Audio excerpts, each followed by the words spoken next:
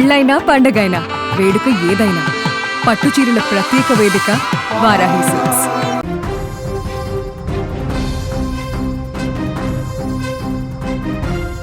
Car dicky నుంచి దుర్వాసన, తెరిచి చూస్తే మహిళ మృతదేహం. అసలు హత్యకు కారణమేంటి? ఎవరు ఈ దారుణానికి పాల్పడ్డారు? హనుమకొండ జిల్లా ఎలకతుర్తిలో కలకలం రేపిన ఒక మహిళ హత్య కేసులో ఇప్పుడు మిస్టరీ వీడింది. పెళ్లి చేసుకోవాలని ప్రియురాలు ఒత్తిడి చేయడంతో ఆమెను హత్య చేసినట్టుగా పోలీసులు చెబుతున్నారు.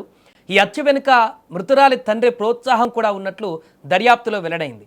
కేసులో ప్రియుడు వినోద్ కుమార్ను పోలీసులు అరెస్టు చేయగా మృతురాలు తండ్రి రాజేశం పరారీలో ఉన్నట్లుగా పోలీసులు తెలిపారు. ఆగస్టు 21న ఎలకతుర్తి బస్టాండ్ సమీపంలో మార్కెట్ చెక్పోస్ట్ వద్ద రోడ్డు పక్కన ఓ కార్ పార్క్ చేసి ఉంది. ఆ కారు నుంచి తీవ్ర దుర్వాసన రావడంతో స్థానికులకు అనుమానం వచ్చింది.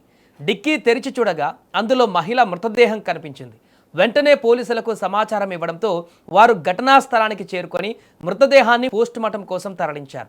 తొలుత అనుమానాస్పద మృతిగా కేసు నమోదు చేసి దర్యాప్తు మొదలుపెట్టారు.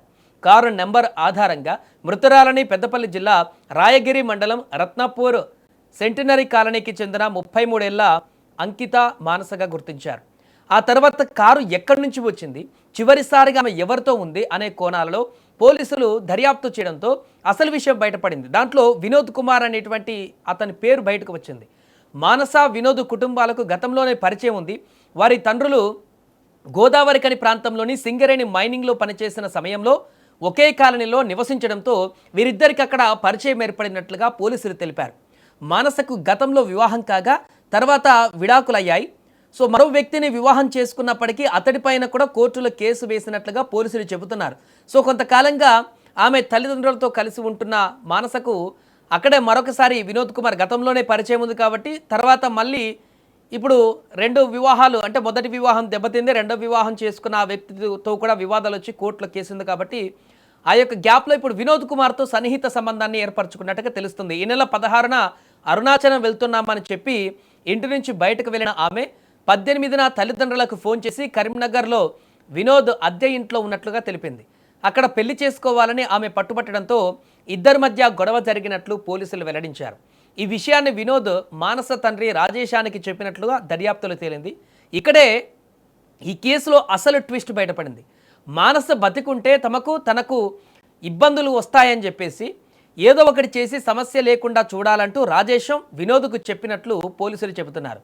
తండ్రి మాటలతో ప్రేరేపితుడైనటువంటి వినోద్ మానసను గొంతు నులిమి హత్య చేసినట్టుగా విచారణలో అంగీకరించాడని పోలీసులు తెలిపారు. అనంతరం మృతదేహాన్ని కారులోని డిక్కీలో పెట్టి ఎలకతుర్తి ప్రాంతానికి తీసుకువచ్చి రోడ్డు పక్కన వదిలేసినట్టుగా దర్యాప్తులో వెల్లడైంది.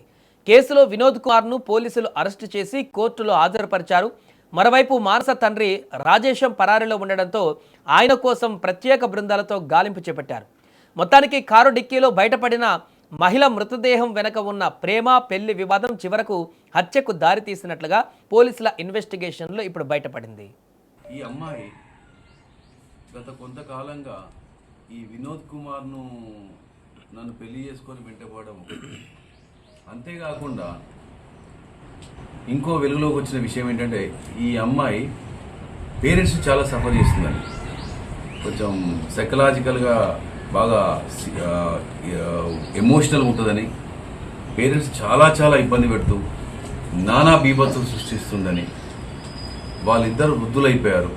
ఆ తండ్రి టార్చర్ తట్టుకోలేక ఎప్పటిలో పరిచయం ఉన్న ఫ్యామిలీకి దగ్గరగా అటాచ్ అయి ఉన్న ఈ వినోద్ కుమార్తోని ఒకసారి పిలిచి నా వల్ల అయితే లేదు, మాకు ఇబ్బంది అవుతుంది, ఇద్దరు ముసలిలో అయిపోయినాం, ఈ పిల్లను ఏదో రకంగా భూమి మీద లేకుండా చేయి అని చెప్పేసి ఆయన అనడం, ఆల్రెడీ ఈ అమ్మాయితోని ఇబ్బంది పడడం ఇతను కూడా, ఈ వినోద్ కుమార్ కూడా ఈ పెళ్లి చేసుకో అని చెప్పేసి అనడం, రకరకాలుగా మాట్లాడడం, అయితే ఇతనికి ఫ్రస్ట్రేషన్, ఫాదర్కి ఫ్రస్ట్రేషన్, ఈ ఇద్దరికి ఫ్రస్ట్రేషన్తో ఏంటంటే ఇద్దరు కలిసి ఈ అమ్మాయిని చివరికి ఫినిష్ చేద్దామనే ఒక నిర్ణయానికి రావడం జరిగింది.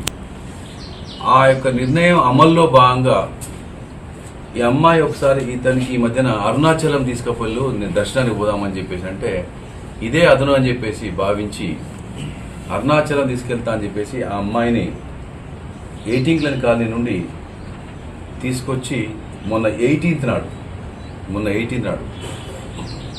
కరీంనగర్లో తను కిరాయి తీసుకుంటున్న ఒక రూమ్లోకి తీసుకొచ్చి అక్కడ నైట్ హాల్ట్ చేయించి అక్కడ ఉంచి తెల్లవారి ఆ అమ్మాయిని గొంతు పిసికి బలంగా గట్టిగా గుద్ది గొంతు పిసికి చంపడం జరిగింది.